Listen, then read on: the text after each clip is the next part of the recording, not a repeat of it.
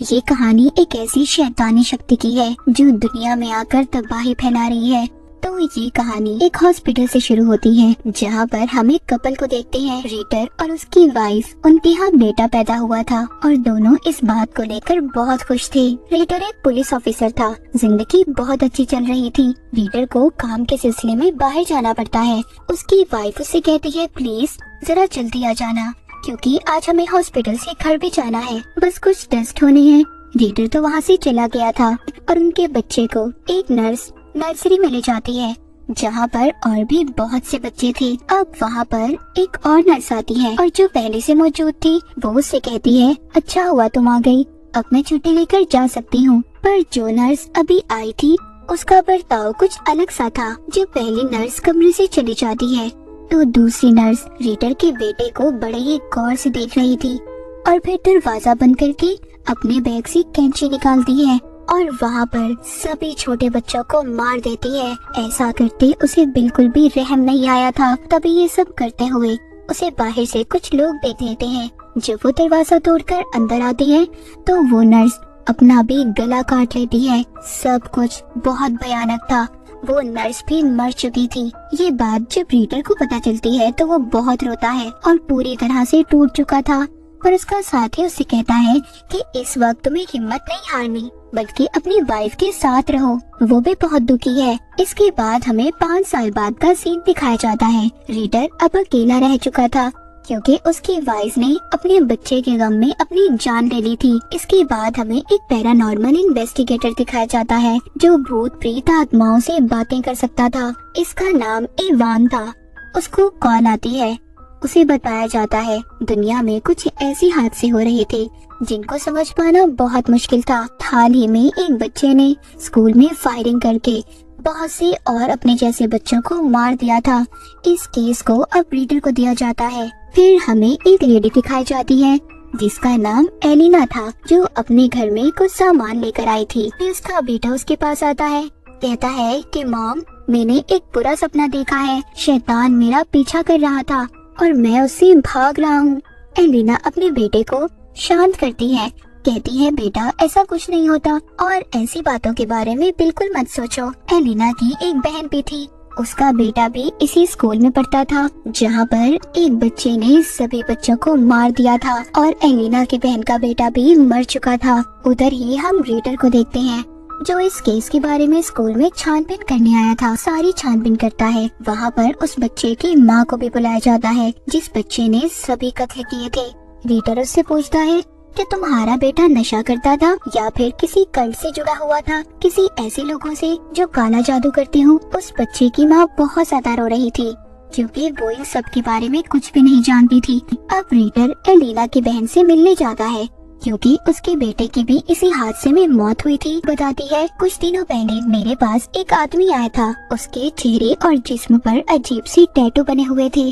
उस वक्त उसने मुझे बताया था इन सब बातों के बारे में, पर मैंने उसका यकीन नहीं किया। मुझे लगा कि वो कोई पागल है, पर मैं ये नहीं जानती थी कि उसकी बताई हुई बात सच हो जाएगी। और उसने तो ये भी कहा था अभी तो दुनिया में और भी बहुत बड़े बड़े हादसे होने वाले हैं जिसमें बहुत से लोग मारे जाएंगे। रीडर भी एलिना की बहन की बातें सुनकर हैरान हो गया था। जिसके बाद हमें एक पूल का सीन दिखाया जाता है जहाँ पर बहुत से लोग तैरने आए हुए थे। वहाँ पर सफाई करने वाली औरत को न जाने अचानक से क्या हो गया था। वो वायर्स बिजली की तारों को लेकर पूल के सामने खड़ी हो जाती है। जब एक आदमी उसे देखता है उसे रोकने की कोशिश करता है पर वो उसे भी बिजली के झटके देकर मार देती है।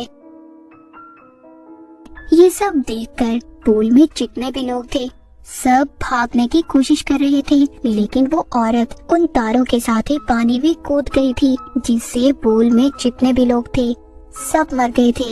इस बारे में रीडर को भी पता चलता है तो वो वहाँ पर इन्वेस्टिगेशन छानबीन करने आता है।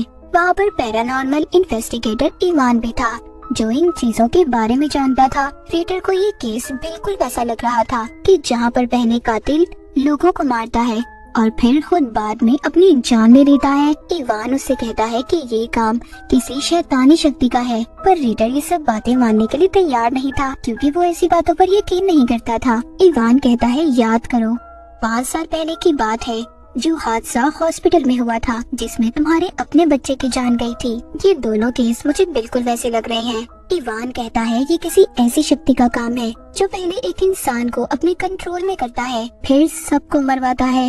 एक लेडी के घर जाते हैं जो एक नजूमी थी। वो अपने कार्ड से इनको बताती है कि दुनिया पर शैतान का असर हो रहा है।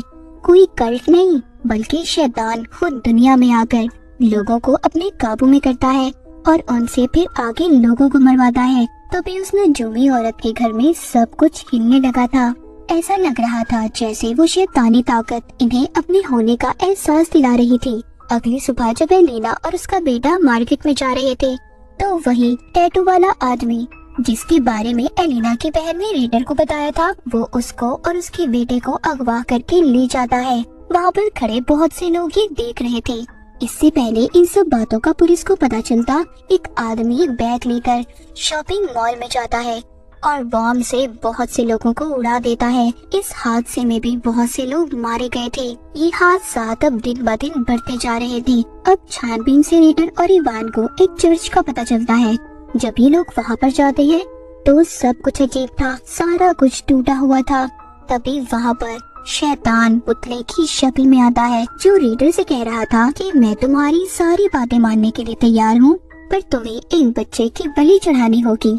एक बच्चे को मेरे लिए कत्ल करना होगा, उसे मारना होगा। तभी वो रीडर को उसकी बीवी और बच्चा दिखाता है, पर इवान ये जानता था कि वो ये सब सिर्फ उसे ख्यालों में दिखा रहा है, इसलिए वो उस पुतले पर गोली चलाकर उसे खत्म कर देता है। तभी वहाँ पर कोई आकर इन दोनों को बेहोश कर देता है।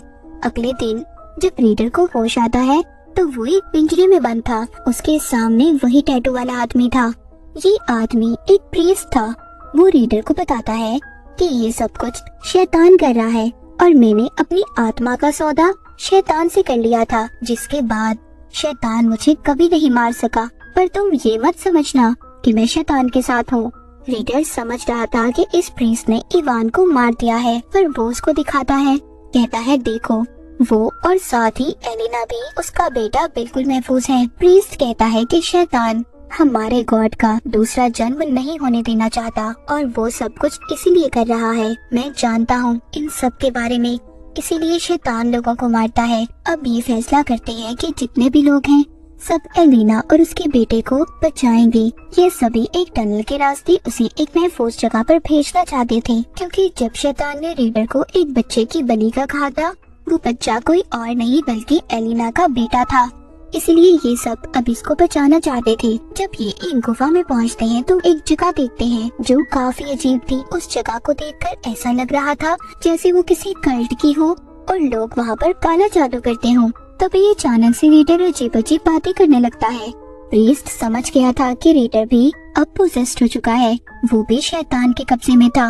वो वहाँ पर बहुत से लोगों को मार देता है। एलिना अपने बेटी को लेकर वहाँ से भाग जाती है।